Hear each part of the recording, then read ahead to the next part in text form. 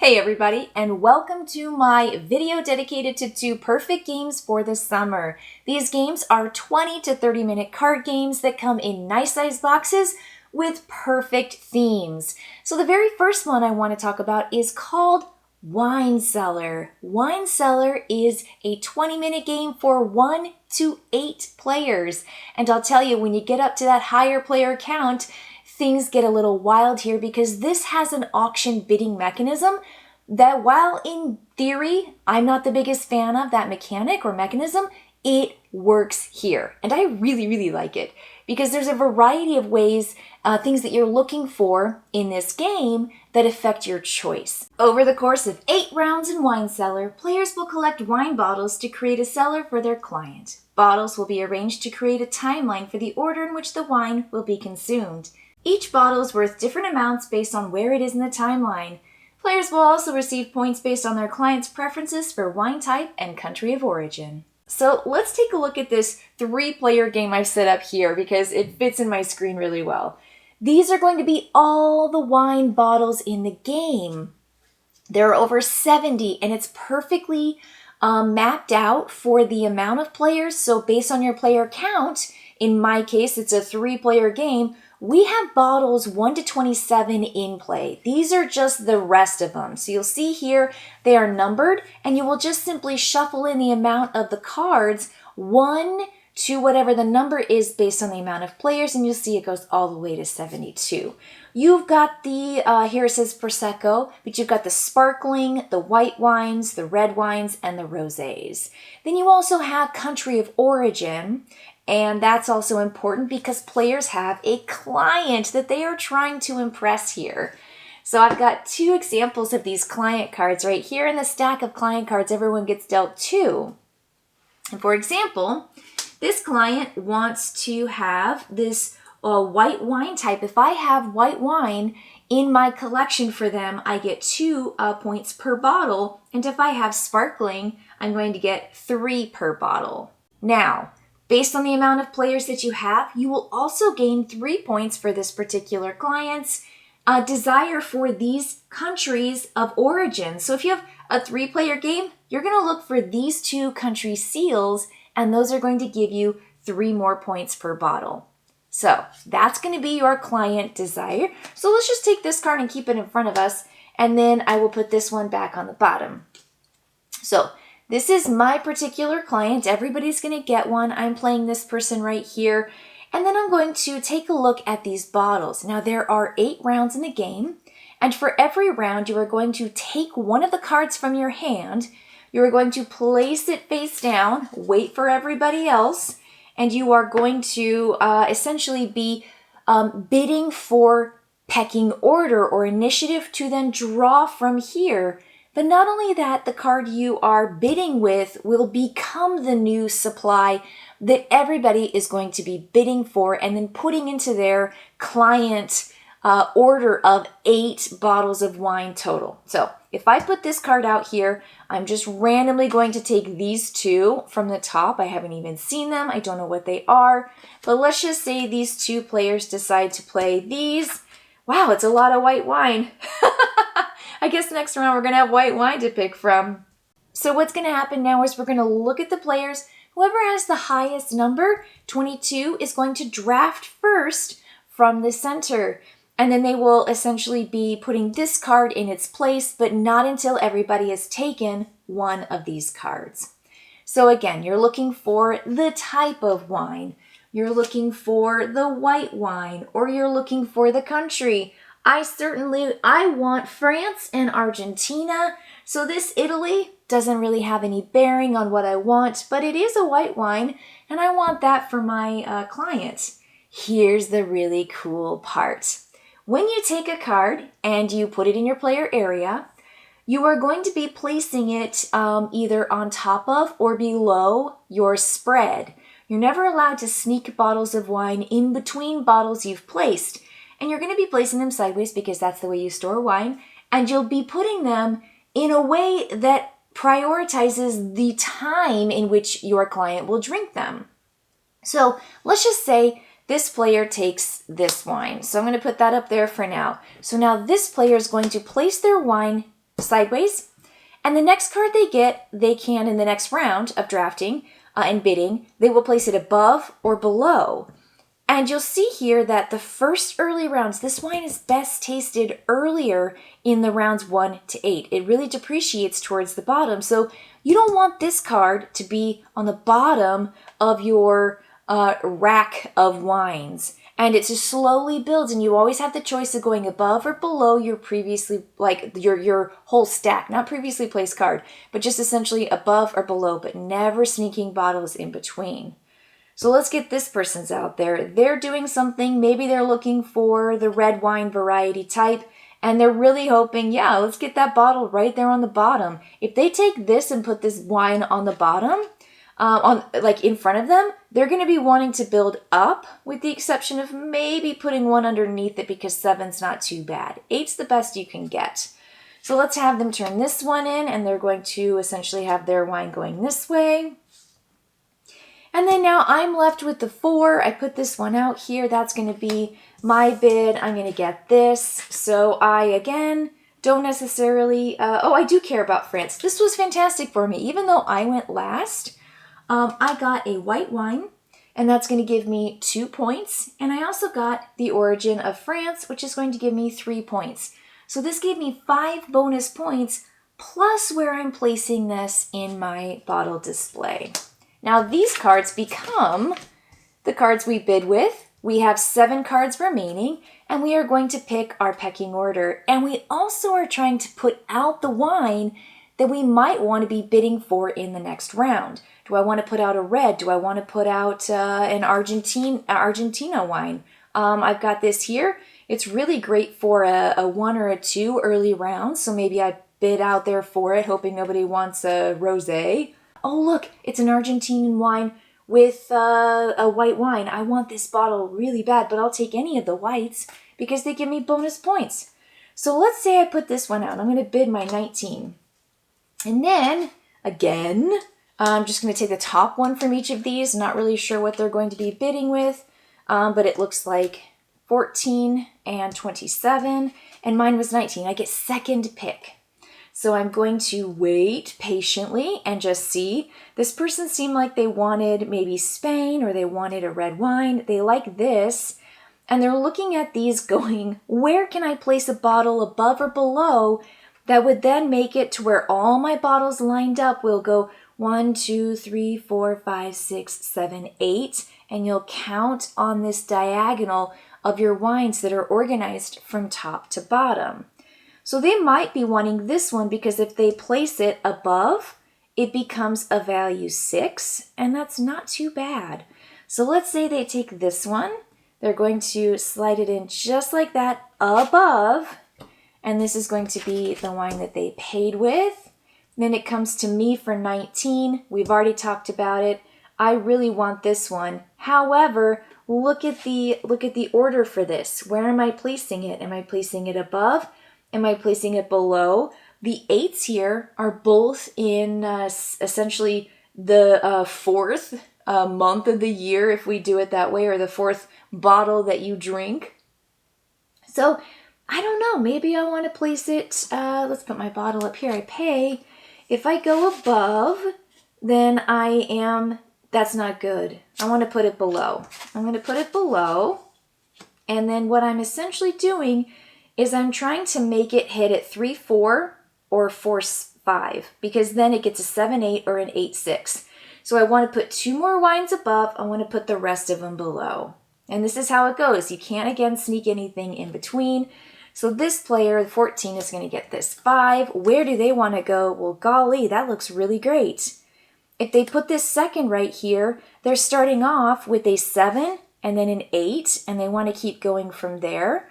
Or they might have essentially be like second, where they put another one up here and then it goes that 6-5. Still not too bad, but they essentially want this to be early on and not to be at the bottom of their stack, because those 1s, 2s, and 3s, not so good. These are the new bottles, and we just keep bidding with the cards from our hand, and then essentially auctioning off for that time. We essentially want to go first for first pick, but you want to save some of those high numbers for those times where you absolutely need to have a specific wine out there. Otherwise, you might get stuck in a pickle with a card that doesn't necessarily give you the value you want, either for the type, the origin, the country of origin, or that kind of diagonal catch, or the diagonal scoring. So here's that scoring card. I just want to show it to you because I think it really helps. Once you have all 8 of your wines lined up and it's the end of the game, you're going to count those 1, 2, 3, 4, 5, 6, 7, 8. What is the value for the placement of your wines? Your first wine type variety that you're looking for, your second type of wine variety, and then every country of origin. So every instance of these will get a multiplier based on your client card, and that's your total.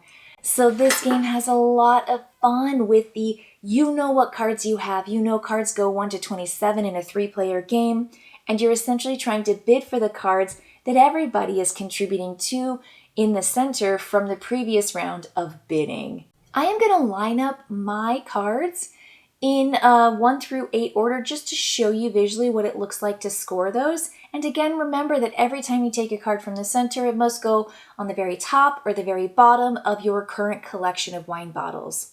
Okay, so here we go. This is just a sample scoring or an example of how I would build my 8 bottles of wine.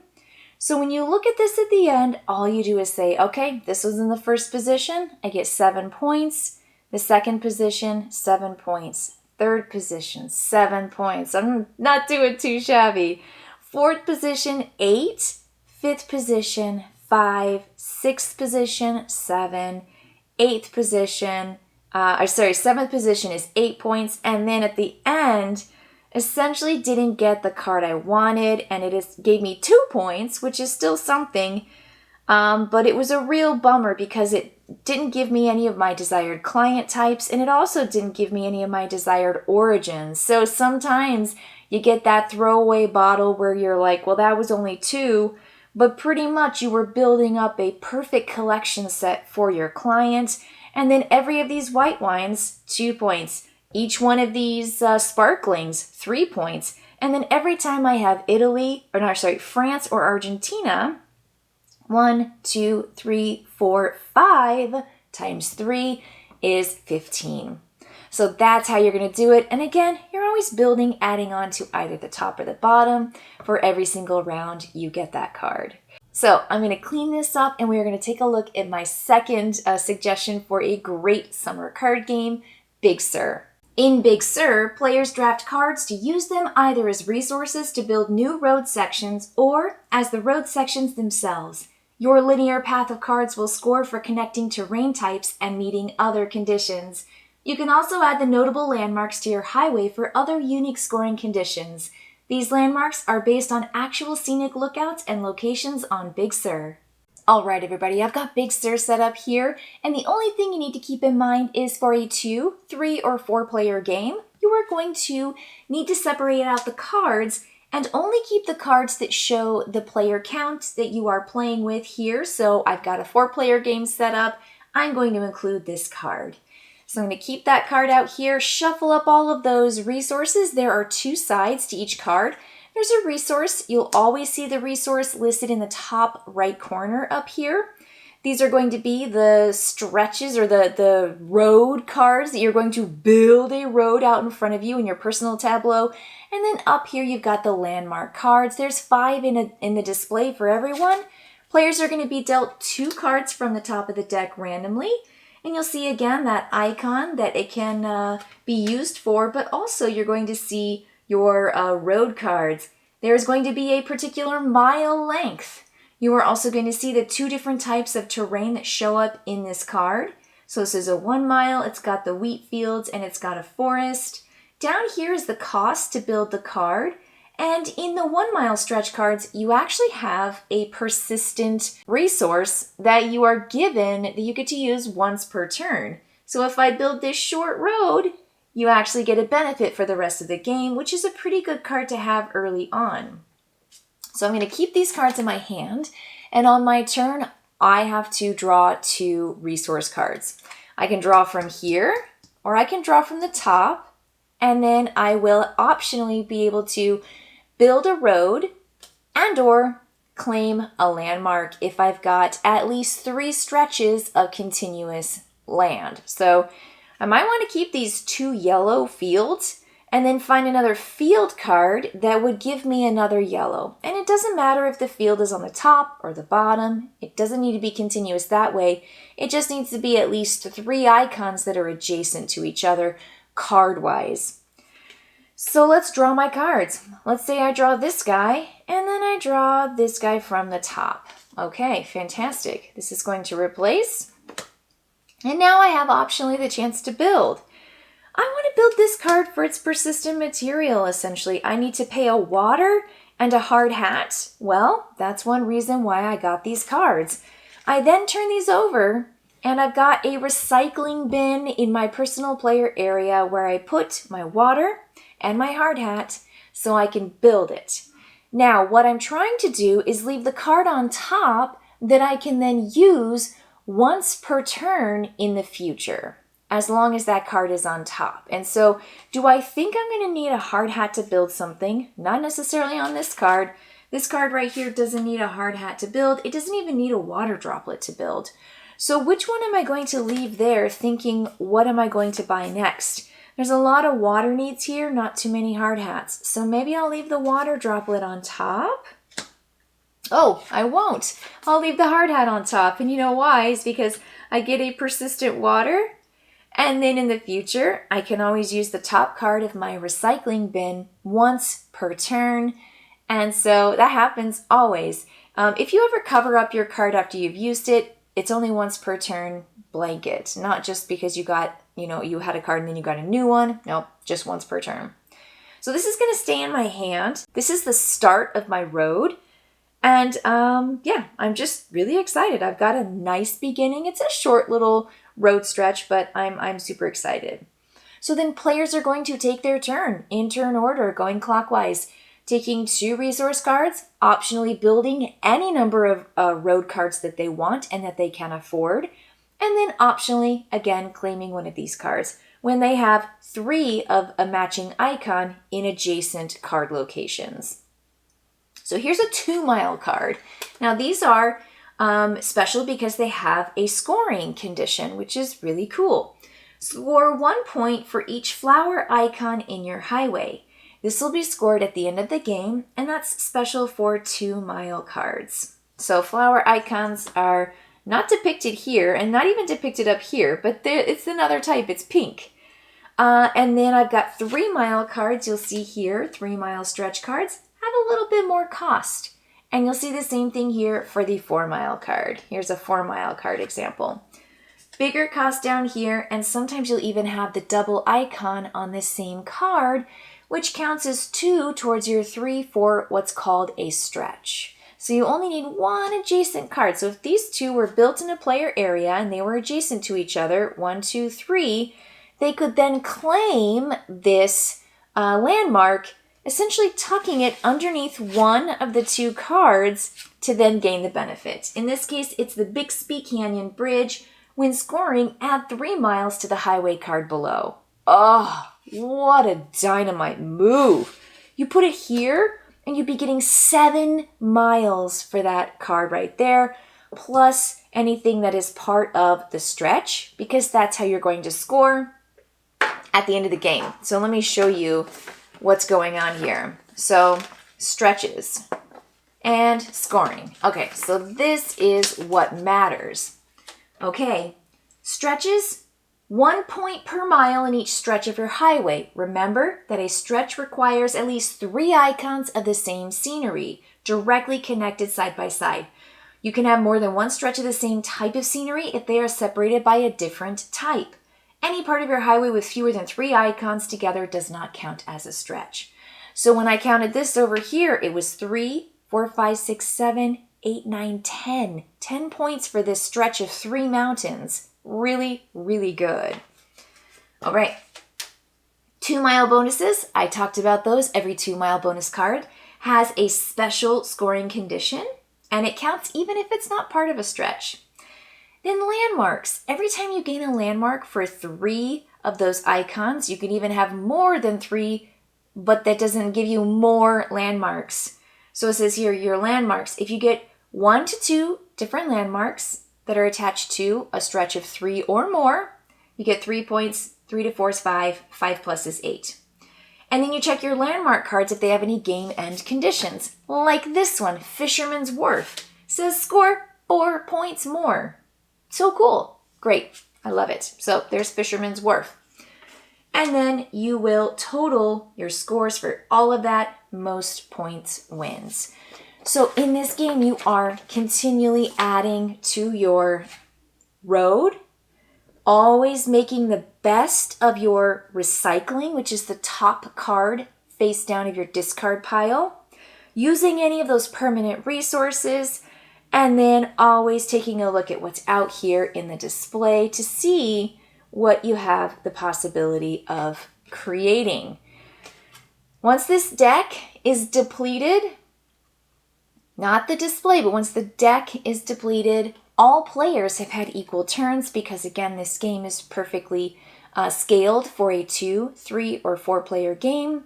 Then that's going to be it, and you will essentially score. So this game has so much potential. It's a little bit more complex than Wine Cellar. It takes about 30 minutes or maybe a little bit more for that very first game.